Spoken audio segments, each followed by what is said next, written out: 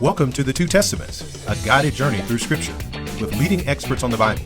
Hosted by Ronnie Cosman and Will Kynes. Subscribe wherever you listen to podcasts or at the2testaments.com, where you can also donate to support our work. Follow us on Twitter at the2testaments on Facebook or Instagram. Welcome to the Two Testaments, a guided journey through Scripture. I'm Ronnie Cosman. And I'm Will Kynes. And in this episode, we're looking at the Decalogue, or 10 Commandments. I guess we'll talk a little bit about that in a second. In Deuteronomy chapter 5, and then the reflection of the command to bear God's name in Deuteronomy 13 and 14. And we're joined by our expert guide today, Dr. Carmen Joy Imes. Dr. Carmen Joy Imes is Associate Professor of Old Testament at the Talbot School of Theology at Biola University. And among other books and articles, she's the author of two that are particularly relevant to the text that we're discussing in this episode. Bearing God's Name, Why Sinai Still Matters, and Bearing Yahweh's Name at Sinai, a Reexamination of the name command of the Decalogue. She also hosts on YouTube Torah Tuesday. And these videos are super helpful for people who want to dig a little bit more deeply into the Torah. Carmen, could you tell us a little bit more about what people would encounter there? Sure. So I release a weekly video, obviously on Tuesdays, but you can watch them any day of the week. They don't expire. They're usually between 5 and 7 minutes long. And I started doing this during the pandemic when all the speaking engagements were canceled. And I was hard at work on a commentary on the book of Exodus and finding so much cool stuff as I was studying. And I didn't want people to have to wait 5 years to hear it. And so I just thought if I just shared a little tidbit every week of what I'm learning, that might be useful to people. So there's a lot of pastors and lay people who are watching them to kind of help them work through the text of Exodus. So often Hebrew wordplay that you can't see in English or literary design kind of issues are what I talk about. That's great. And could you also give listeners a little bit of guidance? So you've got these two books with similar titles. If they wanted to choose one instead of buying both, I mean, obviously you could just buy both books, but what's the difference between the two books? Yes, good question. So the one with the really long title is my dissertation, Bearing Yahweh's Name at Sinai, a Reexamination of the Name Command of the Decalogue. You can tell by the title that it's going to be a bit heady. And I'll just say that my grandma bought a copy when it came out, and she was very frustrated because she said to me, Carmen, I knew I wouldn't be able to understand the Hebrew, but I didn't know I wouldn't be able to understand the English. So it's my dissertation in published form. So if you are an academic, you might appreciate it because it gives the background behind the way that I read the name command. It's a deep dive on one verse of the Bible, kind of looking at it from every conceivable angle. Bearing God's Name, Why Sinai Still Matters is my attempt to take what I learned in the dissertation and communicate it to everyone else who doesn't read Hebrew and isn't going to be interested in a dissertation. So I had my 17-year-old read through the entire manuscript before it went through to the publisher, which is InterVarsity Press, and we took out every word she didn't know. So I really think all of you listening to this would be fine to read that book. And it's not the same thing as my dissertation. It's tracing the theme of bearing God's name through the entire Bible, but we do spend a lot of time at Sinai kind of laying a foundation. So they're different books, different audiences, but I hope there's something for everybody. Now, did your grandma pay the full sticker price? For, she did. She did. Yep, she ordered it so much. That's beautiful. She ordered it on Amazon. Poor thing. Oh man, I hope it wasn't like $150 monograph. You know, I think it's like $65, so not quite as bad. Right. It's not Brill. It's Eisenbrauns. Right. A little more affordable. So you mentioned that Sinai is foundational for the work that you do in bearing God's name, and a foundational question that we have to ask before we dig any more deeply into the Decalogue or 10 Commandments is what we call this collection of words or commandments or whatever. How do you think through that? What's the term that you prefer? And what are the issues that we have to think about when we're picking a term for this collection? Yeah, good question. So the really academic term to use is Decalogue, which is just a Greek compound word that means 10 words. And the reason scholars like to use that term is because the Bible never calls these 10 commandments. Now, some people are going to flip through their Bibles right now and they're going to find it. They're going to be like, oh no, but my Bible says 10 commandments. What I mean is in Hebrew, it's always 10 words. Our English translations usually render it 10 commandments. It's just, there's a long tradition of doing it that way. So I'm not entirely sure of all the reasons.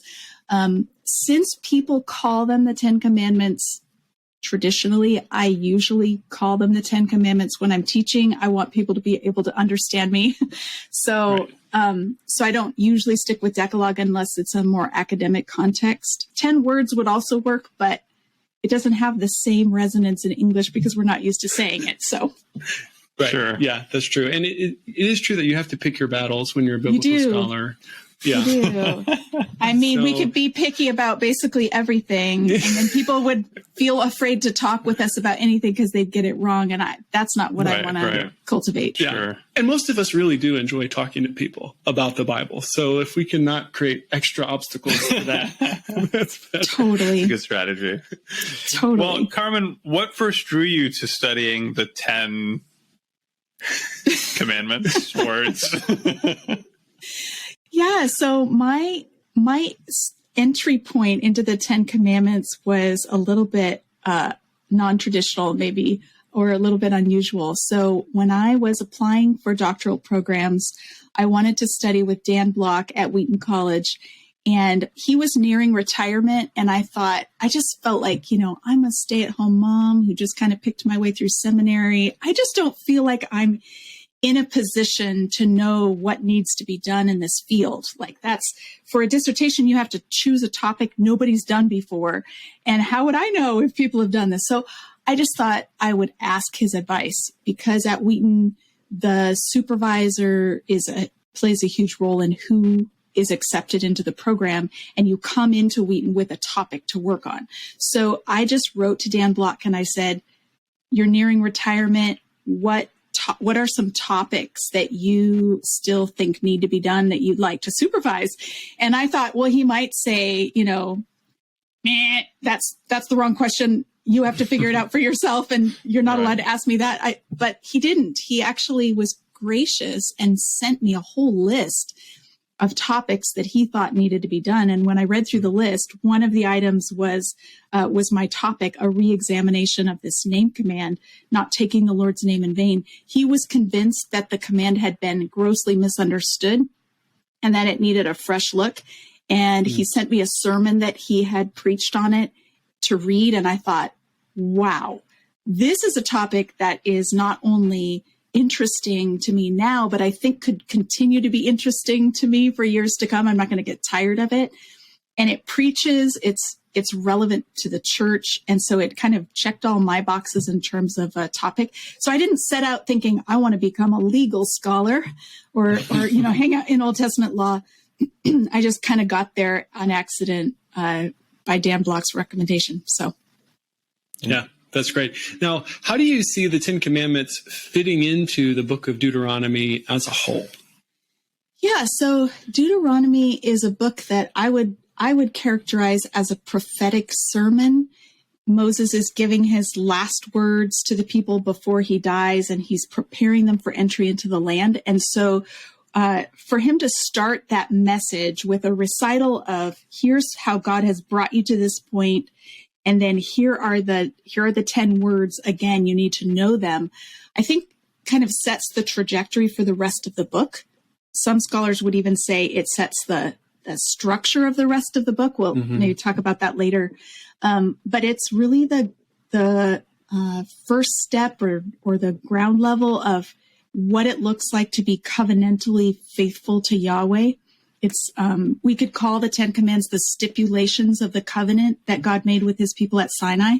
So to say these again right at the outset indicates that that this is the most important, kind of the baseline for everything that follows. Now, what's the hardest thing for you to understand about these 10 commandments? I think one of the challenges with the 10 commandments is that they are so familiar to us that we think we understand them. And so that over familiarity actually makes us lazy. And there are some well-entrenched mischaracterizations of the 10 commandments, kind of on two extremes, depending on who you talk to. There are some who would say this is like the core of what people call natural law. Like these commands are timeless and universal. They apply to everyone everywhere in the world at all periods of time. And so they should be the foundation for modern law. So that's kind of one mischaracterization of it. And then on the other extreme, there are those Christians who would say, we don't even need to pay attention to these anymore because this is Old Testament law. We have grace through Jesus, so we can just leave them aside and move on. And I think both of those are reading against the grain of the text and not taking it seriously on its own terms. Now, this isn't the first time that we've encountered the Decalogue as we're reading through the Torah. It also appears in Exodus chapter 20. So why is it repeated here when we already had it earlier? Yeah, if you're doing a Bible read through and you get to Deuteronomy, you're like, I feel like I've already read this before. Why is it in here twice?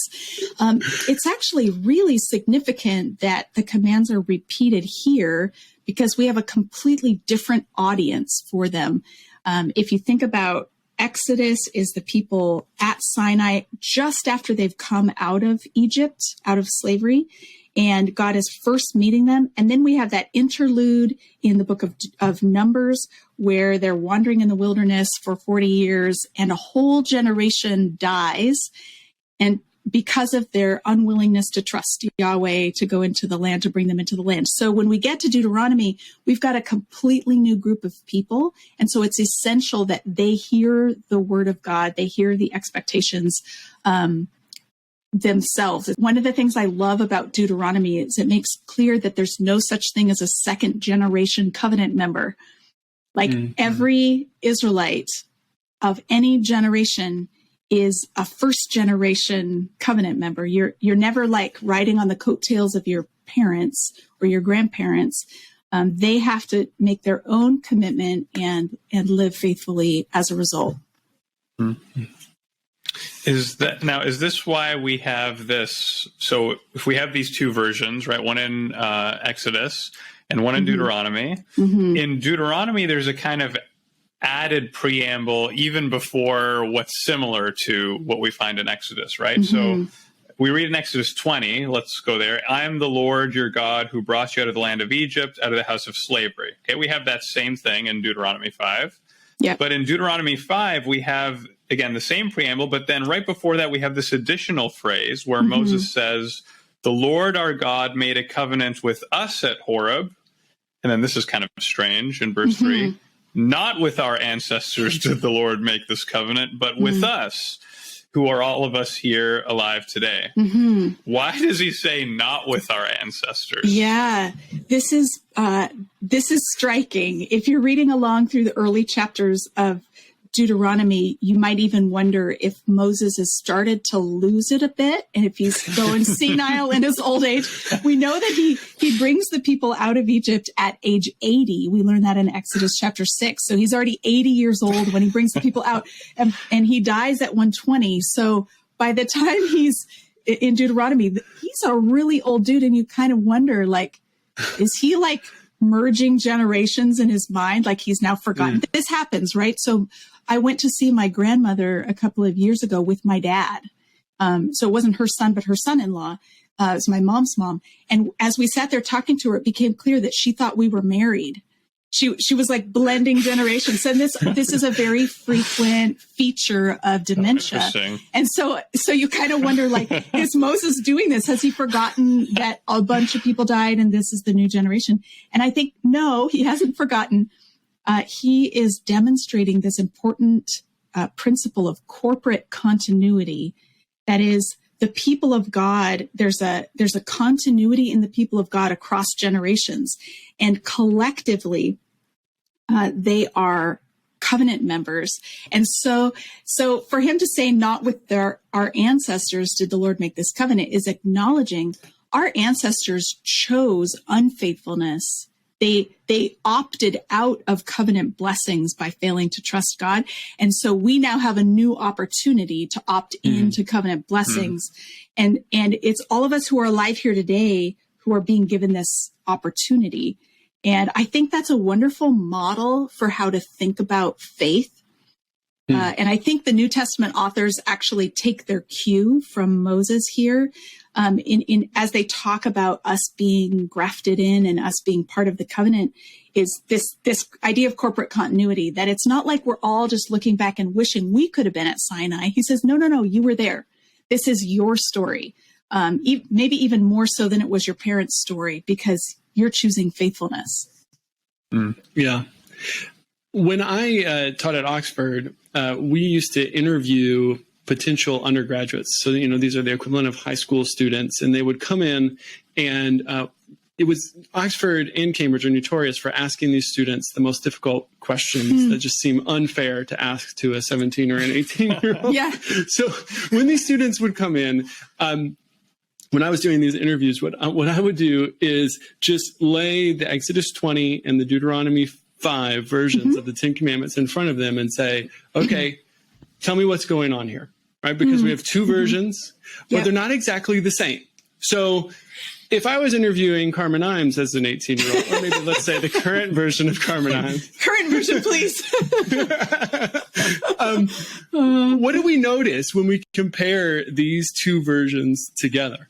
Yeah, it is actually a fun assignment. So if anybody listening wants a homework assignment, just put these versions side by side. You can just pull them up on Bible Gateway and then print them out and highlight all the differences. What becomes evident from the beginning is that Moses is speaking live to the people. Like Deuteronomy is styled as a sermon.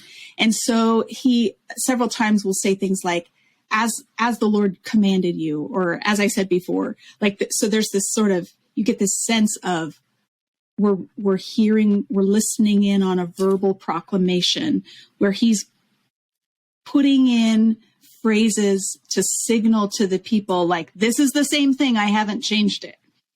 Right. So we have the same commandments, but some of the motivations for those commands are different. And there's a few extra little words tucked in here or there that expand their application or specify their application. So it's really fun to track those differences. And what would be you mentioned different motivations. So the big one, right, is the Sabbath commandment. Yes. The distinction between the way that obedience is motivated in Exodus 20 and the way it's motivated in Deuteronomy 5. Yes. Can you walk us through that? Sure. This is actually such a fun one because it illustrates this idea of corporate continuity that we were just talking about. So in Exodus, the Lord tells them to keep the Sabbath, and then he gives the reason. The seventh day is a Sabbath to the Lord your God. You shall not do any work.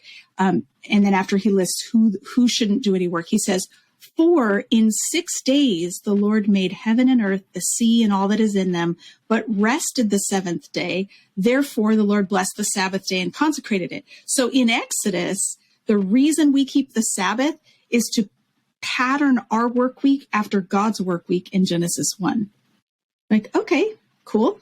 Then we get to Deuteronomy, and Moses says to this second generation, the people who were not slaves in Egypt, but were born in the wilderness, he says to them, keep the Sabbath. And then he says, remember, you were a slave in the land of Egypt, and the Lord your God brought you out from there with a mighty hand and an outstretched arm. Therefore, the Lord your God commanded you to keep the Sabbath day. So he just literally swapped out the motivation for keeping the Sabbath command, previously grounded in creation and now grounded in liberation from slavery in Egypt. And I think, again, this is Moses kind of wink, wink, you were slaves in Egypt. He wants every Israelite to see themselves as having been rescued from that life of slavery. He could have said this in Exodus. He could have said this to the people at the mountain. But he doesn't. And I'm not sure why there, although I think it's clear to me that Genesis 1 is styled the way it is to be a pattern for our work and worship. But in Deuteronomy, it's grounded in their freedom from slavery. And so here's the takeaway, I think. The reason you shouldn't work 7 days a week, 24/7, is because I moved heaven and earth to set you free from that. You used to work 24/7 for somebody else. Now I'm your master, and I'm not that kind of master. I'm not like Pharaoh. I'm actually instituting a day off, and I want you to take it. So sometimes Christians are like, oh, that's the command we don't have to keep, right? Like, because Sabbath equals legalism.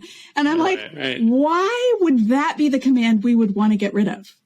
Like, why would we not celebrate the idea that God wants us to take a rest 1 day a week? And I think maybe even more importantly, that he wants us to order our household so that everyone in the household gets a day of rest.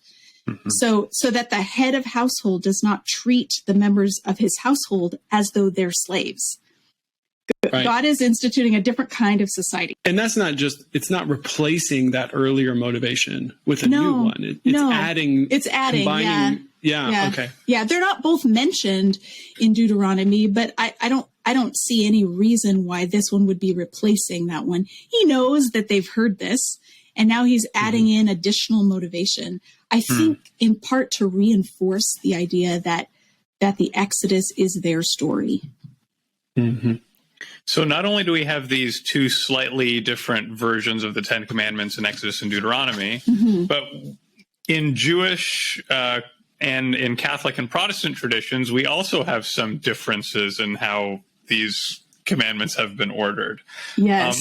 What do you think is going on there? Could you walk us through maybe just a little bit of that, or an example where there's some differences in ordering and why it matters, how we order them or count them up? Okay, yeah, this was the first big surprise I encountered as I got into my dissertation work, finding out that people could not agree how to count to 10.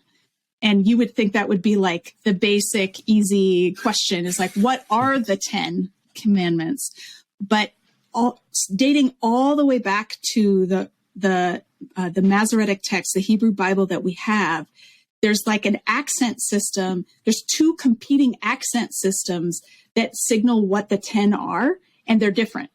And so dating we're talking hundreds and hundreds and hundreds of years back, people already couldn't agree on how to count them. And then you have different traditions today of how to count them. So Jews and Catholics and Orthodox all count them differently. So one of the issues behind it is that we call them the 10 Commandments. But as we already mentioned, the Hebrew Bible calls them the 10 words. So we don't actually, and by words, it's the Hebrew word davar or devarim, which means matters or items or whatever. It's not just like an individual word. It's like a statement, an utterance. Yeah. And so we sometimes, I think the search for 10 has ignored verse 2, Exodus 20 verse 2, or Deuteronomy 5 verse 6 as part of this scenario, because we're looking for commandments when it could be a little broader than that. So when Yahweh says, I am Yahweh your God who brought you out of the land of Egypt, out of the house of slavery, Jewish interpreters often count that as number one. That's number one. I am Yahweh, I brought you out of slavery.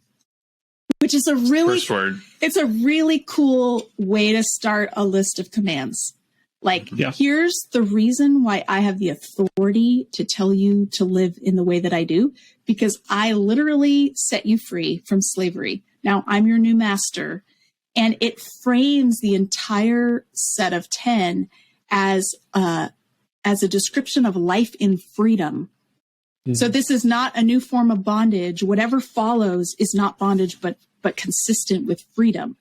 So I think that's important for us to see, whether you count that as its own word or whether you combine it with the first word. The next command is debatable, but that is one factor. One of the most fascinating things that I've noticed is that this isn't true totally across the board, but you can often tell how people are going to respond to images of God, like pictures, pictorial representations of the divine, based on how they count the commandments. So the question is whether you take the command against idols or carved images as its own word, or whether it's part of the no other gods word. And if you combine it with the no other gods, then it leaves open the possibility of seeing.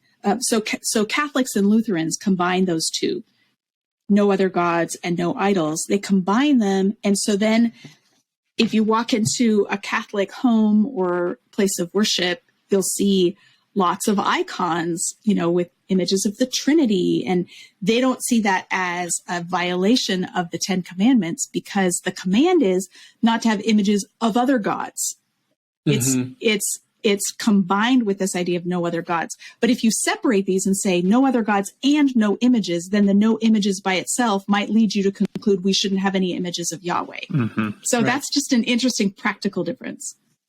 Yeah, that's true. In fact, when I was Googling around to find a good table that showed these different commands, and we're going to put a table up on our websites for people who want to try and compare them with one another. Sure. But I found people who were trying to claim, well, Catholics have deleted the commandment about images. Oh no.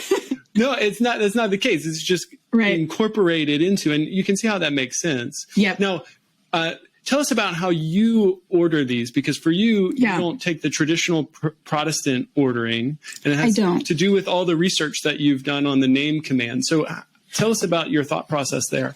Yeah. So for me, as I dug into the commands and tried to figure out how do I count these, I was really struck by the literary design of the first. So if we're in Deuteronomy 5, like 6 through 10 all seemed like it went together literarily. So 6 through 10 is the command not to have other gods and the command not to have carved images. And I became persuaded that these were one and the same. And so there's a historical logic to my conclusion, and there's also a literary reason behind it. So the historical logic is, if you're living in the ancient Near East and you're worshiping a god, you have to have an idol of that god to be able to worship them. So it's not as though there are other ancient Near Easterners who are worshiping gods without having an idol. So to say you shall not worship other gods implies you shall not have idols of them. And conversely, nobody is going to have an image or idol of a deity and not worship it. Like the two, that's why you have them, and that's how you do it. So to me, from an ancient Near Eastern perspective, these two belong together, and they're just different ways of saying the same thing. And I see a bit of a chiasm.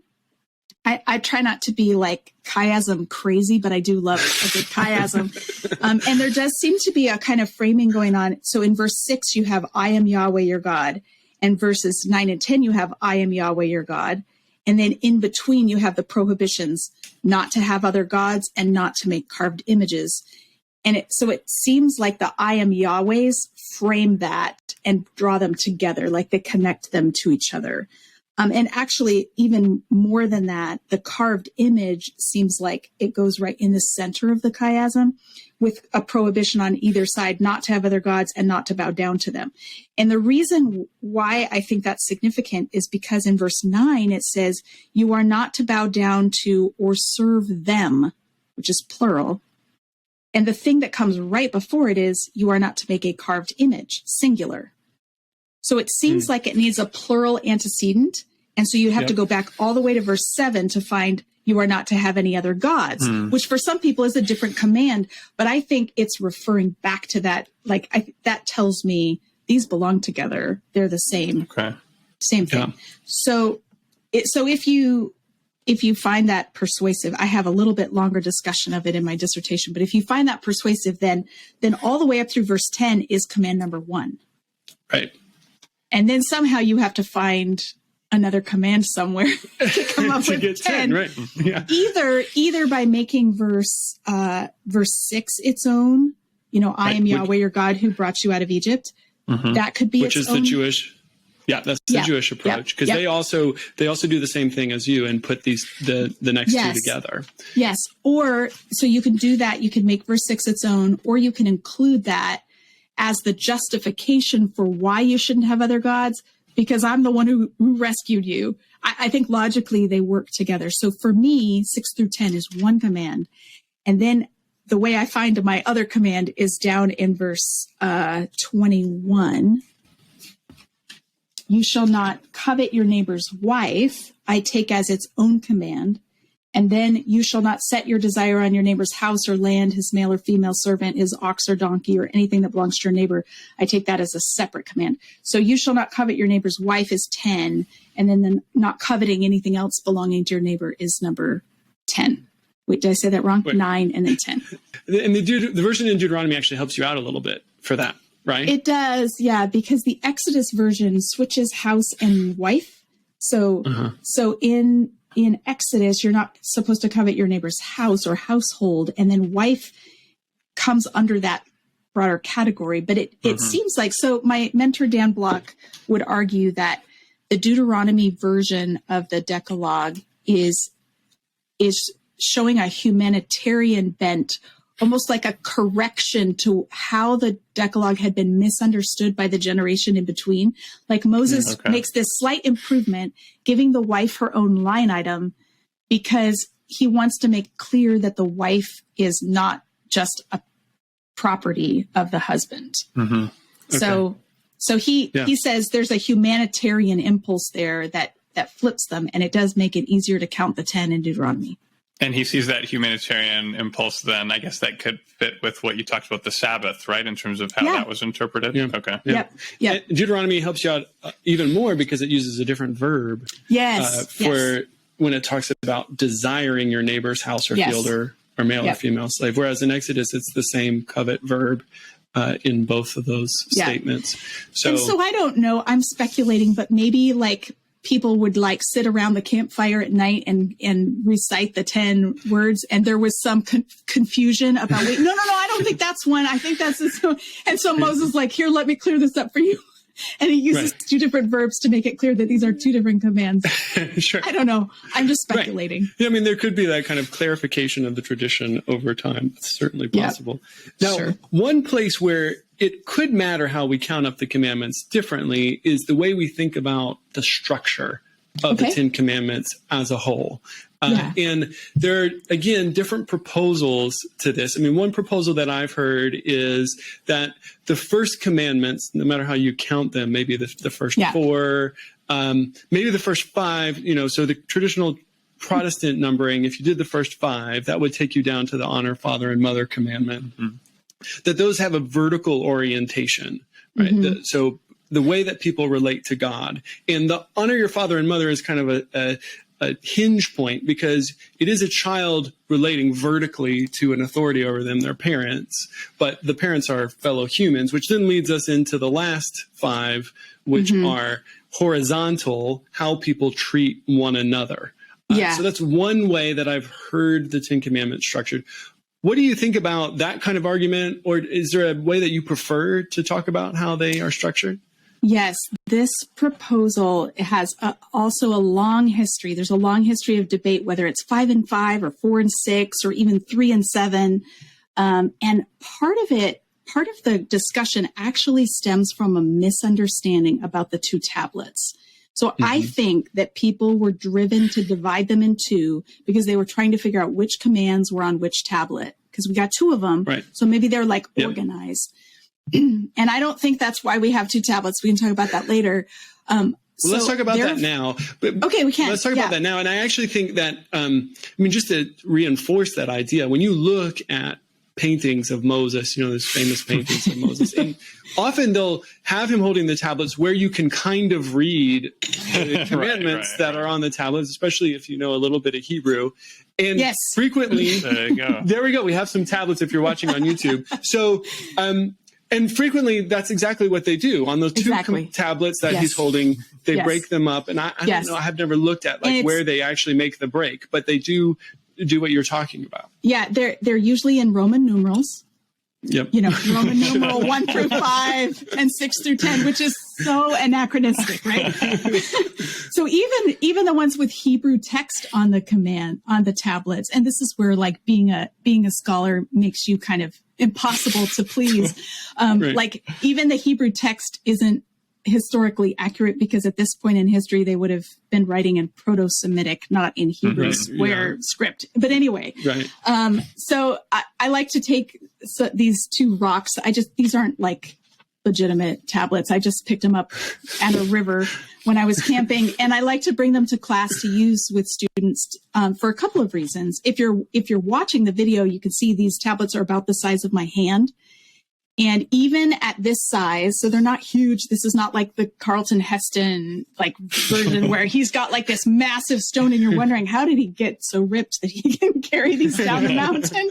They're stone. So anyway, the entire 10 words could fit easily on one of these, front and back. And the scriptures are clear that they were written on front and back.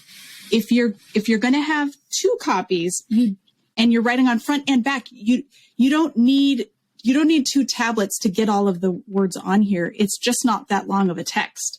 It takes like one page in English. It takes even less space in Hebrew. So yeah, the Roman numerals are misleading. Now, since it's front and back, you could still argue there's, vertical commands on one side and horizontal on the other side. There's just no textual basis for that kind of a division. So first of all, why duplicate copies? If Moses came down from the mountain carrying 2 stone tablets, which he did, then the people seeing him would automatically know, oh, we have just entered into a treaty, because every ancient Near Eastern treaty between a greater king and lesser kings, or two nations would come in duplicate form so that each party could take one home and put it in the most holy place of their God's temple. Like that's where you kept treaty tablets. We even have treaty tablets for the vassal succession treaty of Esarhaddon, where there's like a hole in the base of it so that you could tell that it was displayed like on a stick, so that the god could conveniently read it. And by the god, I mean like the idol of the god that's in the most holy place could like have visual access to the command, because it was the God's responsibility to hold each party accountable for keeping the commands. That's how it worked. So for Moses to come down with 2 tablets would automatically signal to everyone, oh, we've just entered into an international treaty or a treaty. And the difference with Israel is that the treaty is not between 2 nations or 2 kingdoms, but between a deity and a kingdom. So there's only one temple where you can put these things. There's only Yahweh's temple or tabernacle. And so both copies are kept in the most holy place of Israel's tabernacle in the Ark of the Covenant. And I think this signals that Yahweh is responsible for holding himself accountable and holding the people accountable to obedience to the 10 words. In other words, there's no one above Yahweh who can guarantee his faithfulness or watch out to make sure that he keeps up his end of the bargain. Like he is the ultimate authority. And so by putting both tablets in the most holy place, it's showing that there is no greater authority than him. So that's, I think, why there's 2 tablets. Now back to the tradition of splitting the commands into vertical and horizontal. I do not like this. And the reason I don't is because I don't think it takes seriously how treaties were understood in ancient times. Normally, a treaty between 2 nations would regulate things that would impact that treaty. So, for example, if nation A and nation B made a treaty, like a parity treaty between each other, so they're like on equal footing, they might say, we're agreeing to a certain arrangement, like we're providing certain services for each other, we're swearing loyalty to each other. And then the treaty would include within it a prohibition of making treaties with any other nation, because you wouldn't want to like supersede this treaty. So most of the items on these international treaties had to do with international relations. The only time it would have to do something with like marriage is by saying you can't marry the daughter of another king, because that would be a way of making an alliance or treaty with another nation. So it seems to me that we have a difference in Israel in the kinds of commands that are associated with the treaty. They're more moral and interpersonal rather than political and international, because there's a different scope. Every Israelite is connected to Yahweh in covenant. So, for example, the command not to commit adultery is not just a prohibition of adultery because it's morally wrong, but because that marriage is protected under this treaty with Yahweh. If you interfere in that marriage, you're interfering with one of Yahweh's vassals, one of his treaty partners.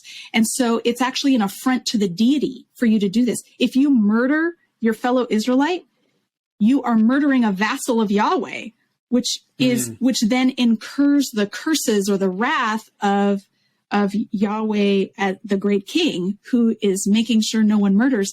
So we think of these commands as like moral, and they are moral, but there's this sort of political dimension to them that we often miss.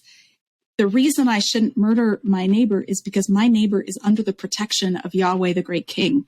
And to do so is to violate that treaty. So I think when we divide them into vertical and horizontal, it ignores the fact that everything, the way that I relate to the people around me is either faithful or unfaithful to what Yahweh has asked me to do. So it's vertical. Like the way I treat my neighbor has a vertical dimension to it. And the way I worship Yahweh has a horizontal dimension. Because if I, as a member of the Israelite community, decide, I think today I feel like worshiping Ishtar. She's pretty cool, goddess in Babylon.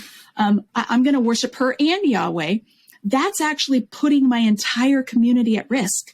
So all of my neighbors are now in danger of the wrath of God falling on our community, because the consequences for breaking the covenant are not just individual, but corporate. We all experience famine or drought or exile. And so it affects every one of my neighbors if I don't keep the first command. So that's why I don't think it's helpful to separate them into vertical and horizontal. In my mind, every command is vertical and every command is horizontal. Yes, there is a sort of focus. I mean, you could argue that there's a gradual shift in focus from vertical to horizontal, but I just feel like to divide them ignores the holistic nature of Israel's law. Do you think that the very first thing that we encounter, I'm the Lord your God who brought out of the land of Egypt, out of the house of slavery, that fits into your idea of the treaty? Yes. That the two tablets are two treaties? Yes. It's like the suzerain or the great king announcing his identity and the basis by which he's making this treaty with Israel.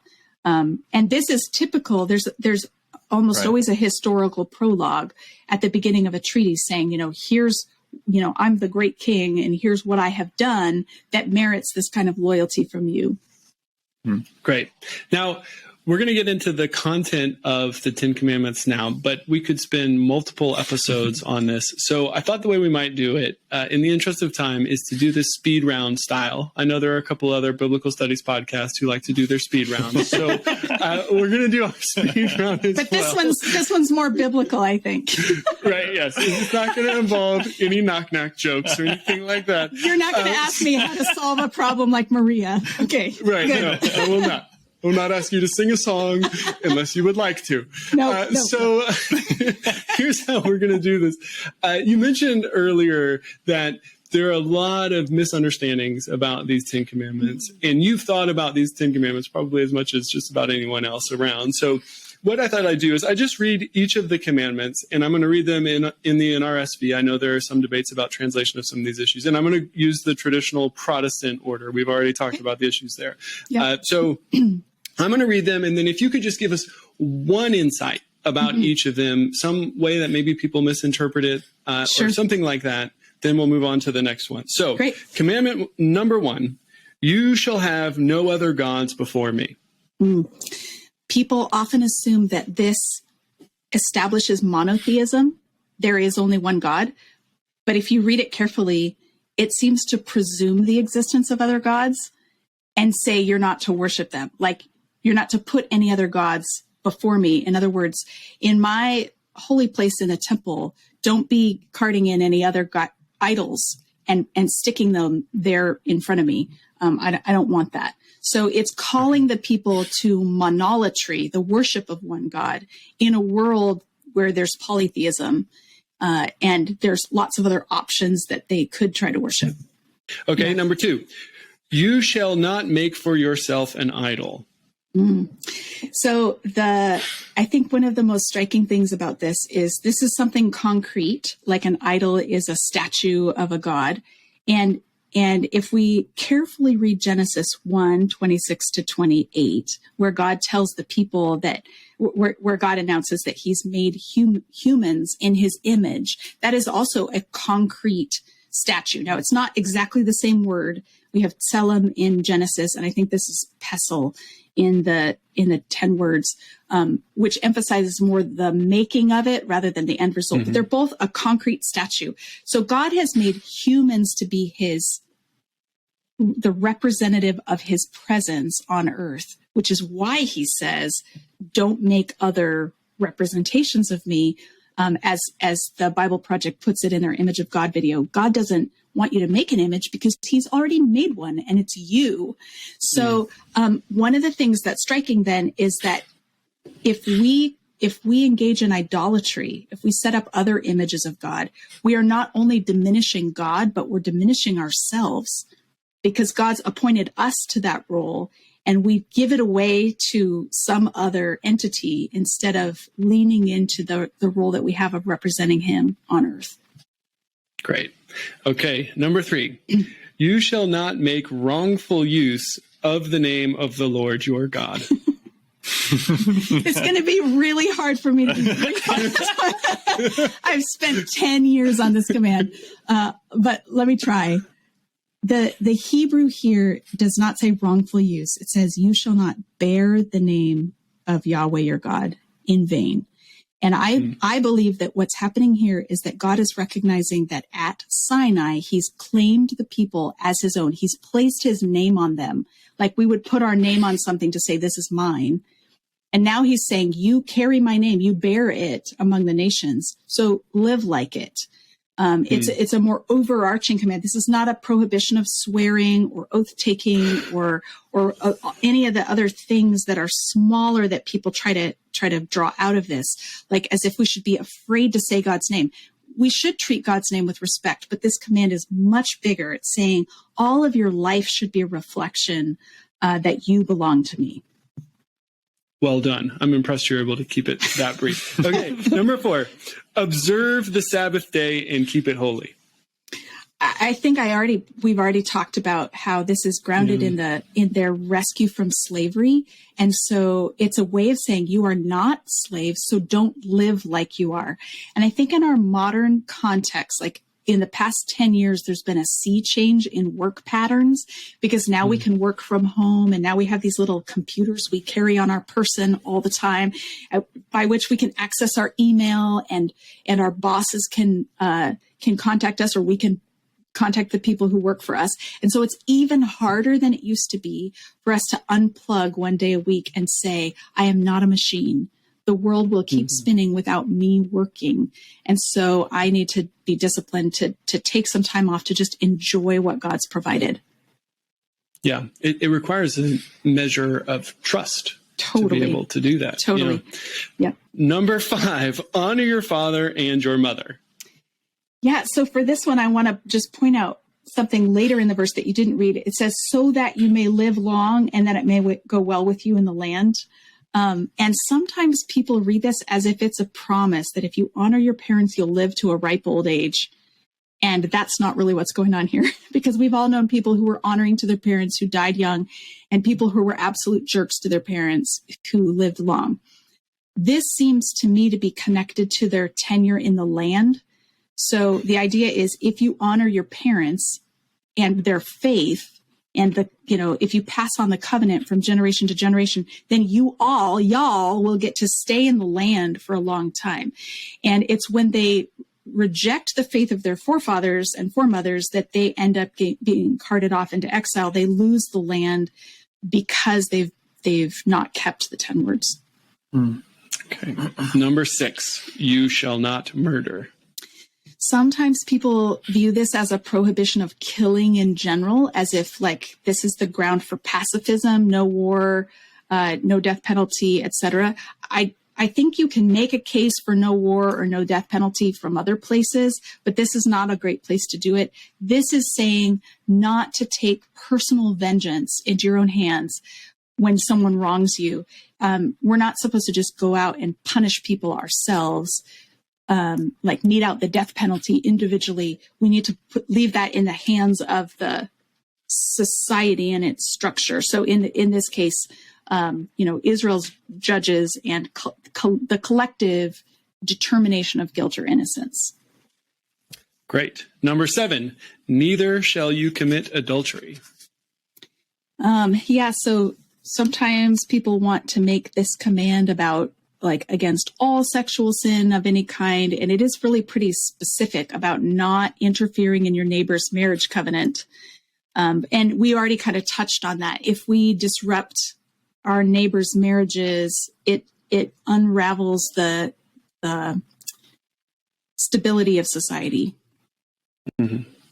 Number 8, neither shall you steal. I think stealing at the core is a failure to be grateful for what God has provided. And so I think the best antidote to this or prevention of this is for us to cultivate gratitude. Taking what someone else's is always off limits. And so this would be I think a good place to begin a discussion of the Bible's support for private property. Dan Block would call all the 10 commands, all the 10 words, the Bill of Rights, but he calls it the Bill of Other People's Rights. And so here we're protecting in these commands, we're protecting our neighbor's right to life, marriage, property, reputation. Like we're actually supposed to be all about protecting our neighbor. Great. And now number 9, neither shall you bear false witness against your neighbor. This one is sometimes taken as a prohibition of lying in general. And that's its own whole topic. There is lots of lying in the Bible that seems to be sanctioned or allowed, at least allowed. I have a friend. Or praised even. Even praised. Yeah, there's deception. There's deception throughout the David narratives. And it seems to be in some cases appropriate to deceive. So again, that's another whole topic. But I would say that this is specifically protecting your neighbor's reputation, that you are supposed to, with your words, tell the truth about others, and not in an age when they didn't have DNA testing and they didn't have surveillance cameras that they could check. It's still important now, but it was really important then that everyone's word about others was true, because somebody's life or death could depend on it. And now number 10, neither shall you covet your neighbor's wife, neither shall you desire your neighbor's house or field or male or female slave or ox or donkey or anything that belongs to your neighbor. So to me, that's 2 commands. So do I get double the time? Fine. Okay. Yeah. I think the first thing I want to say is that it's very obviously framed to men, right? Like, do not covet your neighbor's wife. It doesn't say your neighbor's wife or husband. Like Moses is talking here, or God is talking here to Israelite male heads of households and telling them how to restrain their power and protect the rights of their neighbors. So I just think that's interesting. We actually have to do the work of sort of unpacking what would that look like for all of us, because I think the 10 commandments are for women too, but they're framed for men. So, and my neighbor doesn't have an ox or a donkey, but he has a really nice boat and a really nice car. And so we have to do, this is where it's sort of the idea of these commands being universal and timeless, like quickly breaks down, because my neighbors don't have oxes and donkeys.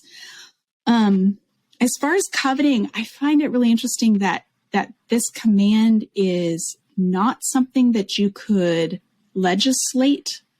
Like, how would you know if I had coveted something? It's something that happens in the heart. So that tells us this is actually all the 10 commandments are beyond a judicial context. There's only one person who can hold me accountable for what's in my heart, and that's the God who sees my heart.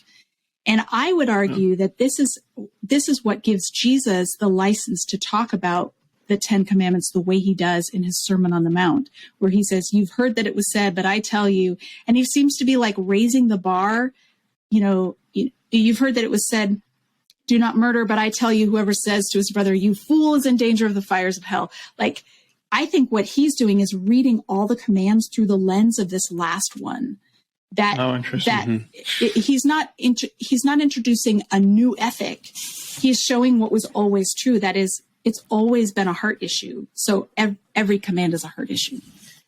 That's interesting, because in Romans 7, of course, Paul, when he's talking about how sin has enslaved the human being, the commandment he goes to is the 10th commandment. Thou shalt not, but it's abbreviated, thou shalt not desire. Desire is the way by which sin finds its opportunity when the commandment comes to rule over the human. So that's an interesting... Okay. And now number 11, thou shalt read the syllabus. Any thoughts on that one? It's always a good idea. Always a good idea. Carmen, it's commonly argued that Deuteronomy 12 through 26, or even 6 through 26, follow the outline of the Decalogue in chapter 5. Now, with the commands that follow corresponding to each of the 10 commandments in order, like, do they correspond to the same commandments in order in these later chapters, or no, do they depart, or what's going on with that? Yeah, this is a really fascinating thing that I hadn't heard of until I got into my dissertation, that some people think that you can actually see the logic of Deuteronomy, usually 12 through 26, by mapping the 10 commandments onto them. And so it's like an extrapolation of each command. So I have a section in my dissertation where I interact with that theory, not because I'm fully persuaded of it. I think I feel like I lean towards it because I think it works pretty well. It's just not totally airtight. But interestingly, the place where it breaks down the most is with regard to the name command, which was my topic for my dissertation. So what happens is people are like, okay, we got the no other gods and no idols. That's really obviously chapter 12. But then you get to the name, and after it works out pretty well, but the name command just doesn't work because there isn't anything about oath taking in chapters 13 or 14. And so what's the problem with it is that they've already decided that the name command prohibits taking oaths, false oaths, and then they don't find the false oaths and they're like, oh, this doesn't really work. But if you take my reading of the name command, it works way better. So, and all of them say this: Schultz and Kaufman and Braulich and Otto and Harmon and Walton and Kilcore, like all of them struggle to match the name command to its respective section. I shouldn't say Harmon. Harmon takes my view of the name command, so he doesn't struggle, but everybody else does. So in chapter 14 begins by saying, you are the children of Yahweh your God. Do not cut yourselves or shave the front of your heads for the dead, for you are a people holy to Yahweh your God. Out of all the peoples on the face of the earth, Yahweh has chosen you to be his treasured possession, his segula, his treaty partner. This is, I mean, obviously, if you're thinking this is saying don't say God's name or don't take an oath in his name, then this doesn't work. But if you accept my view that the command is saying you bear my name, so bear it well, then it actually makes a lot of sense to say don't cut yourselves or shave the front of your heads for the dead. Like, don't disfigure your body to show allegiance to someone else, living or dead. Because you're set apart to be my people. You're set apart to be holy to me. You need to display even with your bodies that you belong to me. And this phrase there in verse 2, you are a people holy to Yahweh your God, is the same phrase that's on the forehead of the high priest, where he has that gold medallion and it says holy belonging to Yahweh. They are a people who are holy belonging to Yahweh. They are a kingdom of priests. So what's true of the priest, that is, he bears God's name literally, is also true of them metaphorically. They figuratively bear God's name. The priest is a model of what's true of every Israelite. And so then it makes a lot of sense not to disfigure your body to show allegiance somewhere else because you've been set apart as Yahweh's treaty partner. And then it goes into food laws. And that might seem a little random, but if the point of the food laws is to separate between Israel and other nations ethnically, like you eat differently than the nations, you're set apart, then it reinforces the idea you bear my name, so everybody else should be able to look at you and see this distinction. Not being able to have table fellowship with other nations actually reinforces that distinction. And that distinction lasts until Acts chapter 15, when the food laws and circumcision are removed, and so that Gentiles can be part of the covenant people. But anyway, to me, this actually works pretty well with the way I read the name command. Doesn't work so well with other ways of reading it. Right. Now, in that list of names that you just gave, there are some who think that it's chapter 13 that correlates with the name command. What are they seeing there in chapter 13 that might lead to that conclusion? So chapter 13 begins by talking about like if a prophet or one who foretells by dreams appears among you and announces to you a sign or wonder and says, hey, let's go follow other gods, don't listen to the words of that prophet. So what someone might see there in chapter 13 is the idea of coming to people and saying something in the name of Yahweh, like as Yahweh's spokesperson. That would be a way of taking God's name or even bearing God's name in vain. If you are, if you claim to belong to Yahweh, but what you're doing is actually encouraging apostasy. I'm on the fence. I sort of feel like 13 goes better with 12 and would correspond to the first command. But that might be like, so Schultz is one who sees 12 and 13 as corresponding to the name command, but he doesn't assign chapter 14 anywhere to anything. John Walton sees the chapter 13 as the one corresponding to the name command, but he doesn't assign chapter 14 to any command because it just doesn't seem to fit. But if you read it my way, then it fits a lot better. So I'm not 100% convinced of the decalogic structure of Deuteronomy, but I do think it's kind of fun to think about.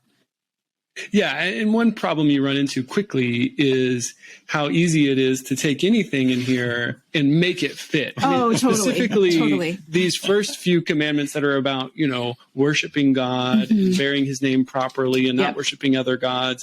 Well, the way that you treat your neighbor in lots of ways could be the way in which you worship God rightly and or bear his name properly in the world. So this is where I think any of those kinds of structures, they kind of break down at points. And you also have things like food laws, which, maybe we can see that. Maybe. The first couple verses are better.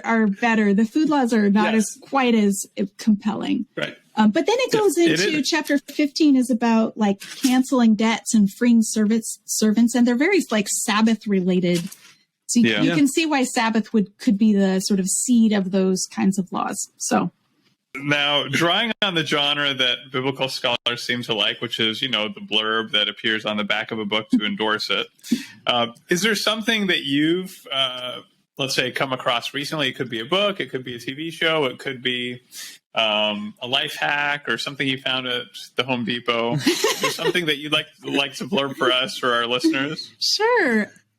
During the pandemic, we were bored and I was doing a 3,000 piece puzzle, and somewhere, I think we're listening to music on YouTube, and this song came up by someone I didn't know. It was Andrew Peterson. And I really don't know where I've been, but Andrew Peterson has some really rich, deep music. And then one of the other YouTube videos, he referred to a book he had written. And I was like, ooh, I want to know about this. So we ordered our own copies of his novels for kids, which are the Wingfeather Saga. And I've decided they're like the best books ever written in fiction. Like, I really think these are going to outlast Narnia. So people That's quite a statement. people describe them as a blend of Lord of the Rings, Narnia, and Princess Bride, which gives you a sense of kind of like the slapstick humor that's part of it. Like it's goofy enough that junior high kids like love them. But my mom, who's turning 70 next month, has read through the whole series twice and just loves them because of how deep they are. Like Andrew Peterson has this amazing ability to like understand the inner workings of the human heart and what provokes sin and how shame works and redemption. And it's just like so theologically deep, but also just compelling plot. So yeah, I would recommend people check them out. Well, you know, we also interviewed Patrick Schreiner, and he also said the Wingfeather Saga. See, as well. we're right. So there you go. So during Andrew Peterson is going to. So Andrew Peterson needs to give us some royalties or something like that. We'll have to contact him about that. Well, Carmen, we are so grateful for your time walking us through the Decalogue, 10 Commandments, 10 words, whatever we want to call it, and thinking in a little more detail about what it means to bear God's name. But for listeners who want to dig much more deeply into that, I encourage them to check out one of her 2 books, depending the level that you're aiming for. And if you want to learn more about the Torah, go to YouTube, or if you're watching us on YouTube now, just click right over to Torah Tuesdays with Carmen Imes. Thank you, Carmen. And for those of you who are listening, if you found this helpful, please do give us a rating on Apple iTunes. That really helps us out in terms of getting the word out about the show. You might as well hear that as though coming from the fire on the mountain. Wow. And if you don't subscribe, what will happen to you? Well, I will leave that to your imagination. Thanks for listening.